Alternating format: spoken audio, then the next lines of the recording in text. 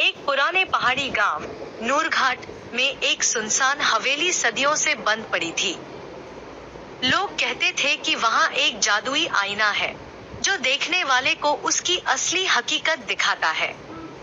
कई लोगों ने उसे देखने की कोशिश की, लेकिन या तो वे पागल हो गए या हमेशा के लिए गांव छोड़ कर चले गए।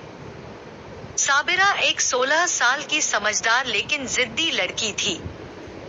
वह दूसरों की आलोचना तो करती थी, लेकिन खुद की गलतियों को कभी स्वीकार नहीं करती थी।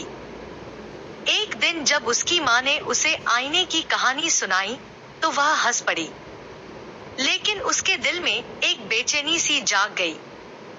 अगली सुबह वह चुपचाप हवेली पहुंच गई।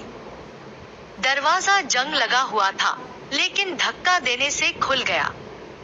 अंदर हर चीज पर धूल जमी हुई थी। कमरे के बीचों बीच एक काले पर्दे में ढका आईना रखा था। साबिरा ने जैसे ही पर्दा हटाया, एक रोशनी की लहर उठी और आईना चमकने लगा। पहले पल उसे कुछ दिखाई नहीं दिया, लेकिन कुछ ही पलों में आईने में उसका अपना अक्स, प्रतिबिंब नजर आने लगा। लेकिन यह अक्स वह नहीं था जो वह रोज आईने में देखती थी। इसमें उसकी आंखों में जलन, चेहरे पर घमंड और बोलने के अंदाज में कठोरता झलक रही थी। साबिरा पीछे हट गई, लेकिन आईना अब उसके अंदर की बातें दिखा रहा था।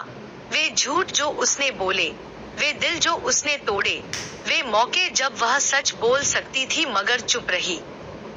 उसकी आंखों से आंसू बहने लगे। पहली बार उसे एहसास हुआ कि दूसरों की कमियां निकालना आसान है, लेकिन अपनी सच्चाई को देखना सबसे मुश्किल। उसने आईने के सामने हाथ जोड़कर दिल से माफी मांगी। अचानक आईना धुंधला होने लगा और एक नरम सी रोशनी कमरे में फैल गई। उस रोशनी में एक आवाज आई, सच्चाई को स्वीकार करना ही रोशनी की ओर पहला कदम है। साबिरा हवेली से वापस निकली, लेकिन अब वह पहले जैसी नहीं थी। उसने अपनी माँ से माफी मांगी, दोस्तों से व्यवहार बदला और दिल की सच्चाई को जिंदगी का उसूल बना लिया। तब से हवेली का आईना किसी को नजर नहीं आया। शायद वह आईना अब साबिरा के दिल में बस गया था।